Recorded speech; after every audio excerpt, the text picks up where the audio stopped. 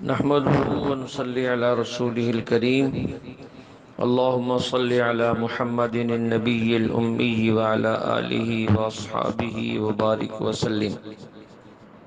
میری معزز خواتین و حضرات، سورۃ الکہف میں کچھ آگے چل کر حضرت موسیٰ علیہ السلام اور حضرت خضر علیہ السلام کا واقعہ ہے۔ یہ واقعہ کیوں پیش آیا؟ حضرت موسیٰ علیہ السلام کو اللہ نے یہ حکم کیوں دیا کہ وہ وہاں جائیں اور ان سے سیکھیں؟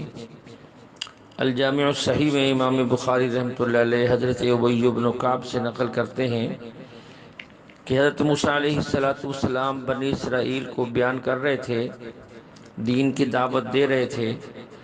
ان میں سے ایک شخص نے حضرت موسیٰ علیہ السلام سے پوچھا کہ آپ سے بڑا عالم بھی کوئی ہے؟ حضرت موسیٰ علیہ السلام نے فرمایا کہ مجھ سے بڑا عالم کوئی نہیں۔ اور یہ بات اپنی جگہ بالکل درست تھی، کیونکہ حضرت موسیٰ علیہ السلام اللہ کے نبی، اللہ کے رسول، کلیم اللہ، تورات ان پہ نازل ہوئی، اس لیے اس بات میں کوئی شبہ نہیں تھا۔ لیکن حضرت موسیٰ علیہ السلام کا اس طرح کہنا یہ اللہ جل شانہ کو پسند نہیں آیا، اس لیے کہ یوں کہنا چاہیے تھا کہ میرے علم کے مطابق، میرے خیال میں تو مجھ سے بڑا عالم کوئی نہیں، یا یہ فرما دیتے کہ اللہ ہی بہتر جانتا ہے۔ لیکن جو انداز حضرت موسیٰ علیہ السلام نے اختیار کیا وہ اللہ کو پسند نہیں آیا، اس لیے حضرت موسیٰ علیہ السلام کی عملی تربیت کا اللہ نے فیصلہ فرمایا۔ وہ اس لیے کہ جتنا بڑا کوئی ہوتا ہے اس کی تربیت بھی اتنی ہی سخت ہوتی ہے، تو ان کو جانے کا حکم دے دیا۔ یہاں ایک بات سمجھیں، موسیٰ علیہ السلام اللہ کے محبوب بھی ہیں، اللہ کے لاڈلے بھی ہیں، کلیم اللہ بھی ہیں۔ تو موسیٰ علیہ السلام ناز والے پیغمبر ہیں۔ ایک ہوتے ہیں نیاز والے، ایک ہوتے ہیں ناز والے۔ نیاز والے جو ہوتے ہیں وہ ہر بات کو قبول کرتے ہیں، سامنے بولتے نہیں ہیں، جو کہہ دیا جائے ٹھیک ہے۔ لیکن ناز والے جو ہے وہ بول پڑتے ہیں، وہ پوچھ لیتے ہیں یہ کیوں ہے، یہ کیوں ہے۔ ابراہیم علیہ السلام مقام نیاز پر فائز تھے، موسیٰ علیہ السلام مقام ناز پر فائز تھے۔ اس لیے آپ کو یاد ہوگا کہ جب معراج سے حضور علیہ السلام تشریف لائے تو ابراہیم علیہ السلام اور حضرت موسیٰ علیہ السلام کو 50 نمازوں کے بارے میں بتایا، تو حضرت ابراہیم علیہ السلام نے کوئی بات نہیں ارشاد فرمائی، لیکن موسیٰ علیہ السلام بول پڑے، یہ کون پڑے گا، جاؤ واپس اللہ سے کام کروا کے آؤ۔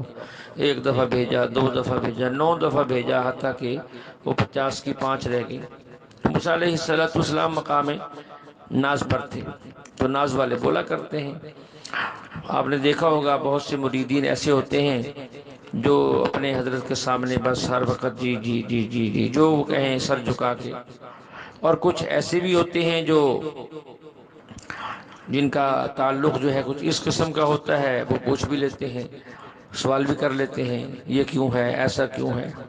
بہرحال انہوں نے وہاں سے سفر شروع کیا، اپنے خادم یوشع بن نون سے کہا کہ چلو تیاری کرو، کھانا لے لو اور ایک مچھلی بھی بھون لو، ساتھ میں فلاں جگہ چلنا ہے، مرج البحرین۔ تو اس لیے مفتی شفیع صاحب رحمۃ اللہ علیہ فرماتے ہیں اگر کہیں سفر کرنا ہو تو اپنے خادم کو، اپنے ڈرائیور کو بتا دی جائے کہ فلاں جگہ چلنا ہے۔ ہاں اگر اس میں کوئی حکمت پوشیدہ ہو تو الگ مسئلہ ہے، نہ بتایا جائے، مگر نہ بتایا جائے تاکہ اسی کے مطابق وہ سفر کی تیاری کی جا سکے۔ یہاں یہ بات کہ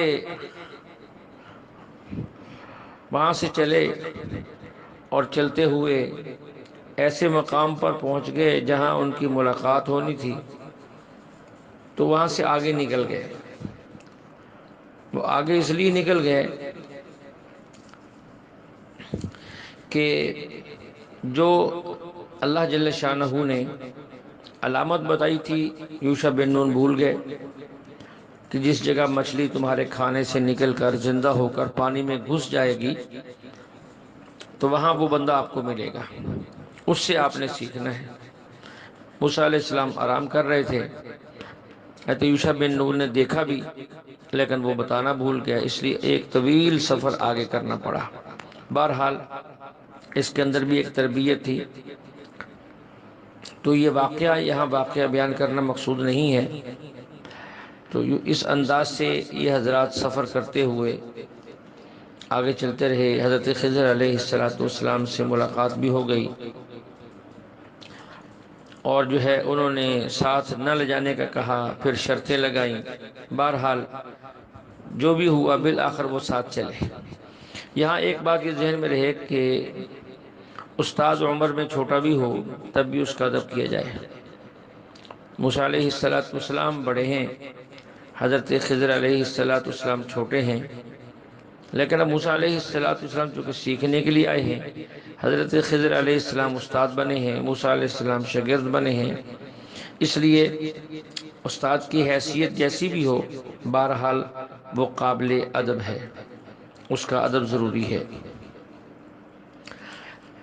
یہاں پورے واقعے سے یہ بات معلوم ہوگی کہ خضر علیہ السلام جو کر رہے ہیں، موسیٰ علیہ السلام اعتراض کیوں کر رہے ہیں، جبکہ وعدہ بھی کر چکے تھے کہ میں کسی بات پہ اعتراض نہیں کروں گا۔ تو ایک بات سمجھیں، علم کی دو قسمیں ہیں، ایک علم تشریعی اور نمبر دو علم تکوینی۔ موسیٰ علیہ السلام نے فرمایا تھا کہ میں انشاءاللہ آپ کی مکمل بات مانوں گا۔ حضرت خضر علیہ السلام نے موسیٰ علیہ السلام سے عرض کیا تھا کہ جب آپ چلیں گے تو کچھ ایسی باتیں ہوں گی جو آپ کے بس میں نہیں ہے کہ ان کو برداشت کریں اور آپ صبر کریں۔ یہ بات کیوں فرمائی؟ اس لیے کہ حضرت موسیٰ علیہ السلام کے پاس علم شریعت تھا اور حضرت خضر علیہ السلام کے پاس علم تکوین ہے۔ علم تکوین الگ چیز ہے، علم تشریع الگ چیز ہے۔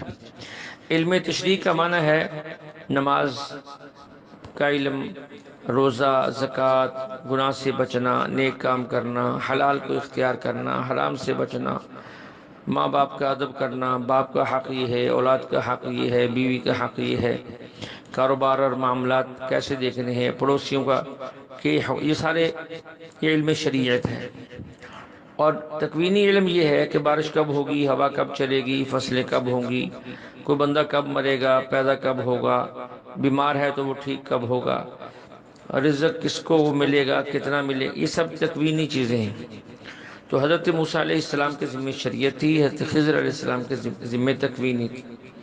اب ظاہر ہے کہ حضرت موسیٰ علیہ السلام کو اور علم ملا ہے، حضرت خضر کے پاس اور علم ہے، اس لیے حضرت خضر علیہ السلام نے فرمایا کہ میں جو کام کروں گا، کیونکہ آپ کا علم اس کے ساتھ مطابقت نہیں رکھتا، اس لیے آپ نے یقیناً اعتراض کرنا ہے، اس لیے آپ اعتراض نہیں کریں گے۔ موسیٰ علیہ السلام نے فرمایا کہ نہیں کروں گا۔ حضرت موسیٰ علیہ السلام نے یہ کیوں فرمایا کہ میں اعتراض نہیں کروں گا؟ اس لیے کہ حضرت موسیٰ علیہ السلام کے پاس شریعت کا علم ہے، وہ یہ سمجھتے ہیں کہ یہ بھی نبی ہیں اور یہ شریعت کے خلاف کوئی کام کریں گے ہی نہیں، تو مجھے اعتراض کرنے کی کیا ضرورت ہے۔ لیکن وہ یہ نہ سمجھ پائے کہ ان کے پاس جو علم ہے وہ ایک دوسری قسم کا علم ہے، وہ یہ علم نہیں ہے۔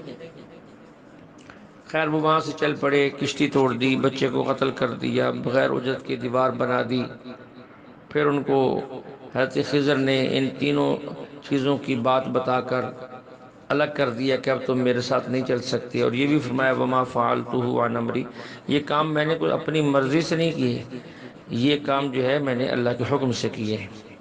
بہرحال واقعہ بیان کرنا مقصود نہیں ہے۔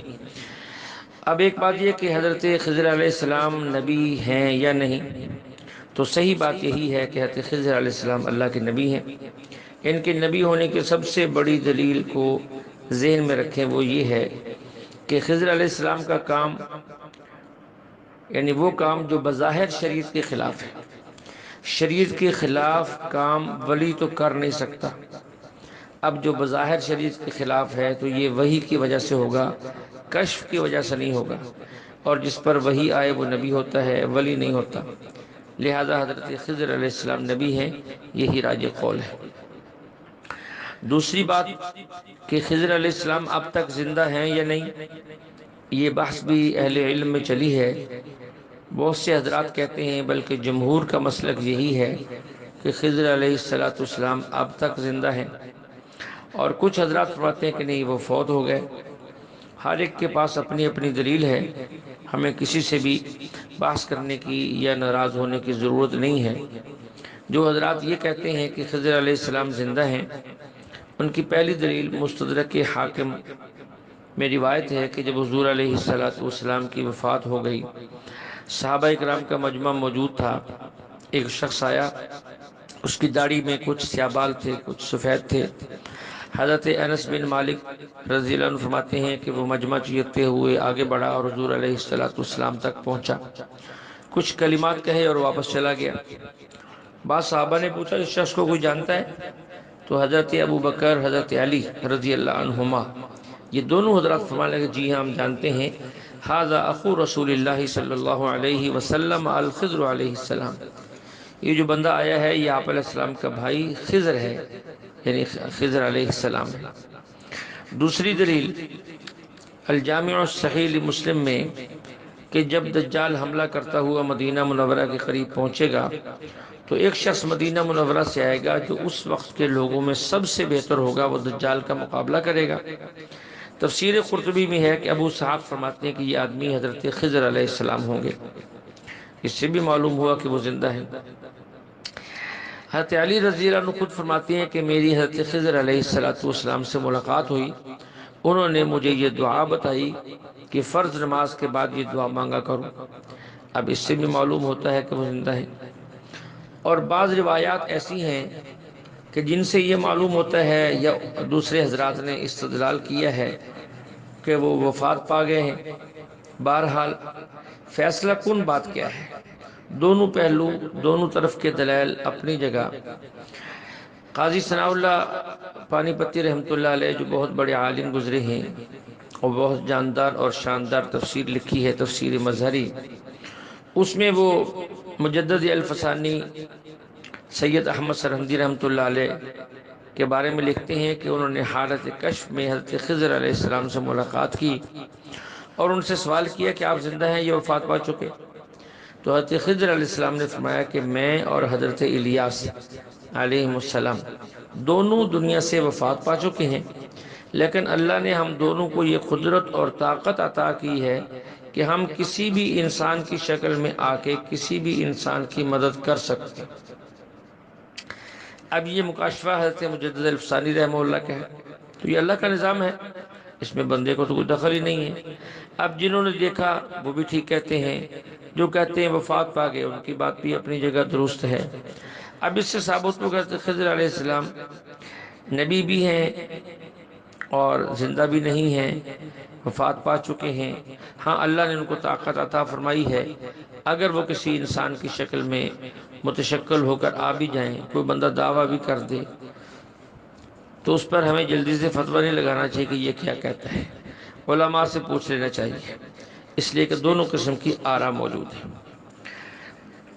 اس سے آگے چل کر پھر وہ ایک تیسرا سوال ہے جو مشرکین یہود سے پوچھ کر آئے تھے، اس میں ایک سوال یہ بھی تھا کہ وہ بندہ کون ہے جو ساری دنیا پر حکومت کر گیا؟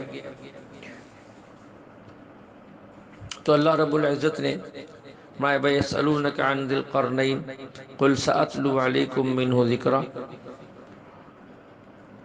تو پوری دنیا پر حکومت کرنے والے 4 لوگ گزرے ہیں، ان میں سے 2 مسلمان اور 2 کافر۔ نمبر 1 حضرت سلیمان علیہ السلام، نمبر 2 سکندر ذوالقرنین، اور کافروں میں نمبر 1 نمرود اور نمبر 2 بخت نصر۔ یہ 4 لوگ ہیں جنہوں نے پوری دنیا پر حکومت کی ہے، اور ایک آخر میں اس امت میں آئے گا جسے حضرت مہدی کہتے ہیں۔ تو حضرت ذوالقرنین وہ شخص ہے جنہوں نے پوری دنیا پر حکومت کی ہے، جس طرح اللہ رب العزت نے حضرت سلیمان علیہ السلام کے سامنے ہوا کو مسخر کر دیا، وہ دور دراز کا سفر کرتے تھے، اسی طرح اللہ نے سکندر ذوالقرنین کے لیے بھی بادلوں کو اور ہواؤں کو مسخر کر دیا، وہ بہت طویل سفر جو ہے اللہ کے حکم سے بہت جلدی کر لیتے تھے۔ تو یہ اللہ کا نظام ہے، اللہ جس کے لیے چاہیں مسخر کر دیں، ہوا کو کر دیں، بادلوں کو کر دیں، زمین کو لپیٹ دیں، تو اللہ سے کون پوچھنے والا ہے۔ حضرت ذوالقرنین کو دنیا میں سفر اور فتوحات کے لیے جو اسباب ضرورت تھے اللہ نے سارے عطا کیے۔ تو مشرکین نے پوچھا تھا ذوالقرنین کون ہے؟ تو انہوں نے سب سے پہلا سفر کیا سمت مغرب کا، وہاں تک پہنچے جہاں سورج غروب ہو رہا تھا، پھر مشرق کا کیا، وہاں تک پہنچے جہاں سے سورج طلوع ہو رہا تھا، پھر شمال کا سفر کیا اور وہاں تک پہنچ کے کہ اس کے بعد پھر آبادی نہیں تھی۔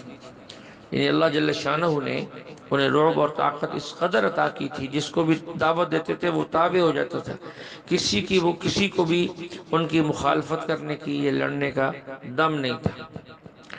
انہیں ذوالقرنین کیوں کہتے ہیں؟ ایک قول یہ ہے کہ قرن کنارے کو کہتے ہیں کیونکہ وہ مشرق تک گئے، یہ ایک کنارہ، اور مغرب تک گئے، یہ دوسرا کنارہ، تو قرنین کہہ دیا کہ یہ وہ بندہ ہے جو دنیا کے کناروں تک گیا ہے۔ بہرحال اس کے معلوم ہونے یا نہ ہونے میں ہمیں کوئی خاص اس کی ضرورت نہیں ہے۔ تو اللہ جل شانہ بندوں کی ضرورت کے بقدر جو ہے جواب دیتے ہیں۔ انہوں نے پوچھا ذوالقرنین کون ہے؟ اللہ نے فرمایا سأتلو علیکم منہ ذکرا، یہ نہیں فرمایا کہ میں ان کا پورا قصہ بیان کروں گا، بلکہ اس میں سے کچھ جو تمہاری ضرورت ہے بس ہم اتنا ہی بیان کر دیں گے، اور بیان کر دیا۔ اللہ فرماتے انا مکننا لہ فی الارض فآتیناہ من کل شیء سببا، ہم نے انہیں حکومت دی، اقتدار دیا اور ضرورت کے تمام اسباب دیے، یہاں تک کہ وہ حتی اذا بلغ مغرب الشمس وجدہا تغرب فی عین حمیہ، وہاں تک بھی پہنچے، اور جو ہے حتی اذا بلغ مطلع الشمس وہاں تک بھی پہنچے، اور اسی طرح جو ہے وہ شمال کی سمت کے اندر جو ہے اس سط تک بھی پہنچے۔ تو یہ ایک طویل سفر، اور ساری دنیا کو جو ہے فتح کیا اور ساری دنیا پر حکومت کی۔